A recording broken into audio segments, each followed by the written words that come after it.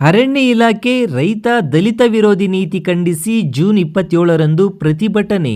ದಲಿತ ಸಂಘರ್ಷ ಸಮಿತಿ ಎಚ್ಚರಿಕೆ. ಚಿಕ್ಕಬಳ್ಳಾಪುರ ಜಿಲ್ಲೆಯ ವಿವಿಧ ಭಾಗಗಳಲ್ಲಿ ಅರಣ್ಯ ಇಲಾಖೆಯ ಅಧಿಕಾರಿಗಳು ರೈತರು ಹಾಗೂ ದಲಿತ ಕುಟುಂಬಗಳಿಗೆ ವಿನಾಕಾರಣ ಕಿರುಕುಳ ನೀಡುತ್ತಿರುವುದನ್ನು ಖಂಡಿಸಿ ಜೂನ್ 27ರಂದು ಜಿಲ್ಲೆಯ ಎಲ್ಲ ತಾಲೂಕುಗಳ ವಲಯ ಅರಣ್ಯ ಅಧಿಕಾರಿಗಳು ಆರ್ಎಫ್ಒ ಕಚೇರಿಗಳ ಎದುರು ಪ್ರತಿಭಟನೆ ಹಮ್ಮಿಕೊಳ್ಳಲಾಗಿದೆ ಎಂದು ದಲಿತ ಸಂಘರ್ಷ ಸಮಿತಿ ಜಿಲ್ಲಾ ಸಂಚಾಲಕ ಎನ್.ಎ. ವೆಂಕಟೇಶ್ ತಿಳಿಸಿದರು. ಶಿಡ್ಲಘಟ್ಟ ನಗರದ ಪತ್ರಕರ್ತರ ಭವನದಲ್ಲಿ ಬುಧವಾರ ನಡೆದ ಸುದ್ದಿಗೋಷ್ಠಿಯಲ್ಲಿ ಮಾತನಾಡಿದ ಅವರು, ಚಿಕ್ಕಬಳ್ಳಾಪುರ ತಾಲೂಕಿನ ನಂದಿ ಹೋಬಳಿಯ ಸಿಂಗಾಟ ಕದರೇನಹಳ್ಳಿ ಗ್ರಾಮದ ಸಮೀಪ 21 ಎಕರೆ ಜಮೀನನ್ನು 1995ರಲ್ಲಿ ಸರ್ಕಾರವು 7 ದಲಿತ ಕುಟುಂಬಗಳಿಗೆ ಮಂಜೂರು ಮಾಡಿತ್ತು. ಆದರೆ ಕಳೆದ ಹಲವು ವರ್ಷಗಳಿಂದ ಅರಣ್ಯ ಇಲಾಖೆ ಅಧಿಕಾರಿಗಳು ಆ ಕುಟುಂಬಗಳಿಗೆ ನಿರಂತರವಾಗಿ ಕಿರುಕುಳ ನೀಡುತ್ತಿದ್ದು ಭೂಮಿಯಿಂದ ಒಕ್ಕಲೆಬ್ಬಿಸುವ ಪ್ರಯತ್ನ ನಡೆಸುತ್ತಿದ್ದಾರೆ ಎಂದು ಆರೋಪಿಸಿದರು.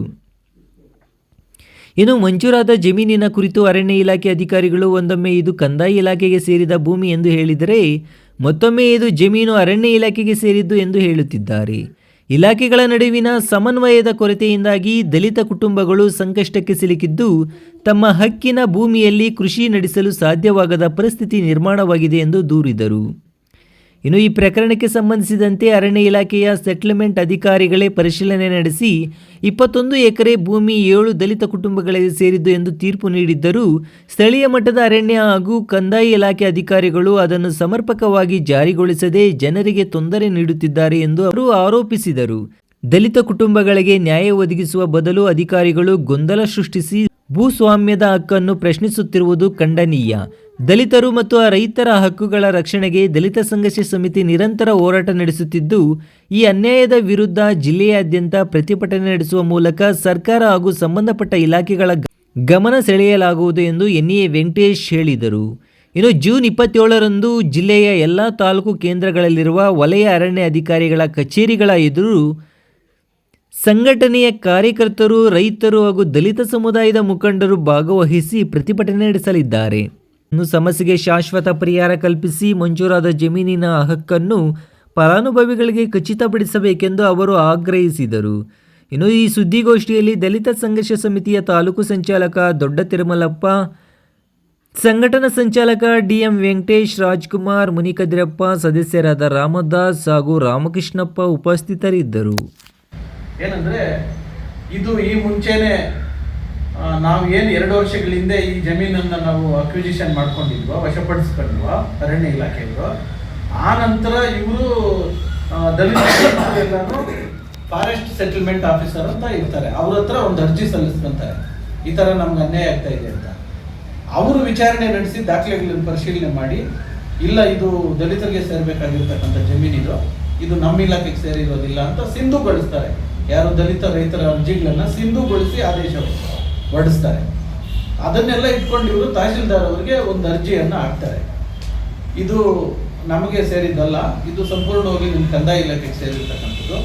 ನೀವು ಇನ್ನೊಂದು ಸಲ ಇವರ ಮಂಜೂರಾತಿಯ ನೈಜತೆಯನ್ನು ಎಲ್ಲವನ್ನ ಪರಿಶೀಲನೆ ಮಾಡಿ ಇವ್ರಿಗೆ ಯಾವ ರೀತಿಯಲ್ಲಿ ನ್ಯಾಯ ದೊರಕಿಸ್ಕೊಡಿ ಅಂತ ಒಂದು ಅರ್ಜಿ ಹಾಕ್ತಾರೆ. ನಾವು ಆಯಿತು, ತಹಶೀಲ್ದಾರ್ ಅವರು ಸ್ಪಾಟಿಗೆ ಬರಲಿ, ನಮ್ಮ ಧರಣಿ ಸ್ಥಳಕ್ಕೆ ಬರಲಿ, ಬಂದು ಒಂದು ಸ್ಪಷ್ಟೀಕರಣ ಕೊಡಲಿ ಅಂತ ಧರಣಿಯನ್ನು ಮುಂದುವರಿಸ್ತೀವಿ. ಇವತ್ತಿಗೆ 10 ದಿನ ಆಗಿದೆ, ಇದುವರೆಗೂ ತಹಶೀಲ್ದಾರ್, ಚಿಕ್ಕಬಳ್ಳಾಪುರ ತಹಶೀಲ್ದಾರ್ ಅವರು ಧರಣಿ ಸ್ಥಳಕ್ಕೂ ಬಂದಿಲ್ಲ. ಏನು ಅರಣ್ಯ ಅಧಿಕಾರಿಗಳು ಅರ್ಜಿ ಕೊಟ್ಟಿದ್ದಾರೆ, ಆ ಅರ್ಜಿಗೆ ಯಾವುದೇ ರೀತಿಯ ಪ್ರತ್ಯುತ್ತರವನ್ನು ಕೊಟ್ಟಿಲ್ಲ, ದಲಿತರಿಗೆ ನ್ಯಾಯ ಕೊಡಿಸ್ತಕ್ಕಂಥ ಕೆಲಸನೂ ಮಾಡಿಲ್ಲ. ಹಂಗಾಗಿ ನಾವು ಇವತ್ತು ನೇರವಾಗಿ ಚಿಕ್ಕಬಳ್ಳಾಪುರ ತಹಶೀಲ್ದಾರ್ ರಶ್ಮಿ ಮೇಡಮ್ ಅವರು ಏನಿದ್ದಾರೆ, ಅವರ ಏನು ಕರ್ತವ್ಯ ಲೋಪ ಮತ್ತು ದಲಿತ ವಿರೋಧಿ ಜನವಿರೋಧಿ ನೀತಿಯನ್ನು ವಿರೋಧಿಸಿ ಮಾನ್ಯ ಜಿಲ್ಲಾಧಿಕಾರಿಗಳಲ್ಲಿ ನಾವು ಮನವಿ ಮಾಡಿಕೊಳ್ಳೋದೇನೆಂದರೆ, ಕೂಡಲೇ ಆ ಚಿಕ್ಕಬಳ್ಳಾಪುರ ತಹಶೀಲ್ದಾರ್ ಅವರನ್ನು ಕೂಡಲೇ ಅಮಾನತುಗೊಳಿಸಬೇಕು, ಸಸ್ಪೆಂಡ್ ಮಾಡಬೇಕು ಅಂತಕ್ಕಂಥದ್ದು ಮೊದಲನೇ ಬೇಡಿಕೆ. ಇದರ ಭಾಗವಾಗಿ ಜಂಟಿ ಸರ್ವೆ ಆದಮೇಲೆ ಇನ್ನೊಂದು ದಿನ ಯಾರು ನಮ್ಮ AC ಅವರು ತಹಶೀಲ್ದಾರ್ಗೆ ಅರ್ಜಿ ಹಾಕಿದ್ರ ಪರಿಣಾಮ AC ಅವರು ಮ್ಯಾನೇಜರ್ ಅವ್ರನ್ನ ಕಳಿಸ್ಕೊಡ್ತಾರೆ ಜಿಲ್ಲಾ ಅರಣ್ಯಾಧಿಕಾರಿಗಳು. ಆವತ್ತು ಅರಣ್ಯಾಧಿಕಾರಿಗಳು ಅವರ ಹೇಳಿಕೆಯನ್ನು ತಿರುಗಿಸ್ತಾರೆ. ಅವ್ರಿಗೇನೋ ಯಾವುದೋ ಟಿವಿಯಲ್ಲಿ ಹಳೆಯ ಸ್ಕೆಚನ್ನು ಇಂಟರ್ನೆಟ್ಟಲ್ಲಿ ತೋರಿಸ್ಬಿಟ್ಟು, ನೋಡಿ ಇಲ್ಲಿ ಬರುತ್ತೆ ನಮ್ಮ ಲ್ಯಾಂಡು, ಇದು ನಮಗೆ ಸೇರಬೇಕಾಗುತ್ತೆ, ಇದಿನ್ನೂ ನಾವು ಫೈನಲ್ ಮಾಡೋಕ್ಕಾಗೋದಿಲ್ಲ ಅಂತ ಮತ್ತೆ ದ್ವಂದ್ವ ಹೇಳಿಕೆಯನ್ನು ಕೊಡ್ತಾರೆ.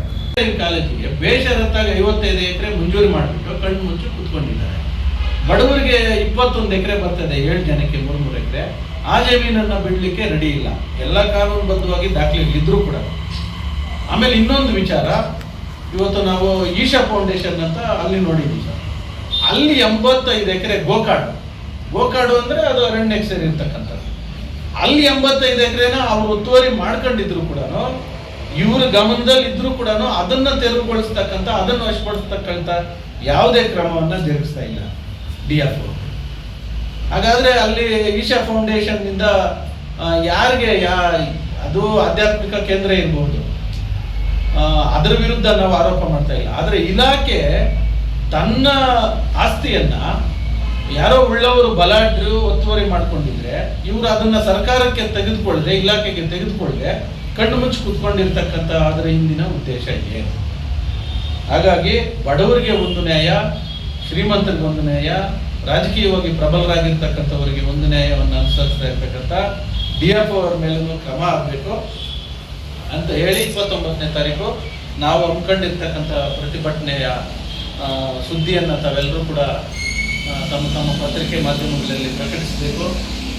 ಮಾನ್ಯ ಜಿಲ್ಲಾಧಿಕಾರಿಗಳು ಕೂಡಲೇ ಚಿಕ್ಕಬಳ್ಳಾಪುರ ತಹಶೀಲ್ದಾರ್ ಅವರ ಮೇಲೆ ಕ್ರಮ ಜರುಗಿಸಿ ಅವರನ್ನು ಅಮಾನತುಗೊಳಿಸ್ತಕ್ಕಂಥ ಕೆಲಸ ಮಾಡಬೇಕು. ಮತ್ತು ಶಿಂಗಾಟ್ಕದ್ರನಹಳ್ಳಿಯ ದಲಿತ ಕುಟುಂಬಗಳಿಗೆ ಅರಣ್ಯ ಇಲಾಖೆಯಿಂದ ತಕ್ಷಣವೇ ಭೂಮಿಯನ್ನು ಬಿಡಿಸ್ಕೊಡ್ತಕ್ಕಂಥ ಕೆಲಸ ಮಾಡಬೇಕು ಅಂತ ಈ ಸಂದರ್ಭದಲ್ಲಿ ಮನವಿ ಮಾಡ್ತಾ ನಮಸ್ಕಾರ ಕೊಡ್ತಾ ಇದ್ದೀವಿ.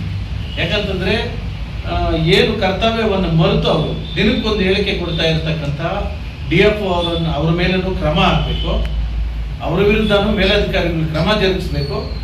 ಆ ಮೂಲಕ ಏನು ನಿಯಮಾನುಸಾರ ಕಾನೂನುಬದ್ಧವಾಗಿ ದಲಿತ ರೈತರಿಗೆ ಮಂಜೂರಿ ಆಗಿರ್ತಕ್ಕಂಥ OM ಇರ್ಬೋದು, ಸಾಗುವಳಿ ಚೀಟಿ ಇರ್ಬೋದು, ಆಮೇಲೆ ಆಗಿರ್ತಕ್ಕಂಥ ದುರಸ್ತಿ ನಕ್ಷೆ ಇರ್ಬೋದು, ಪಹಣಿ ಇರ್ಬೋದು, ಮ್ಯುಟೇಷನ್ ಇರ್ಬೋದು, ಎಲ್ಲ ದಾಖಲೆಗಳನ್ನು ನೀವು ಪರಿಶೀಲನೆ ಮಾಡಿ ಇವತ್ತು ಅವರಿಗೆ ಭೂಮಿಯನ್ನು ಕೊಡ್ತಕ್ಕಂಥ ಕೆಲಸ ಮಾಡಬೇಕು.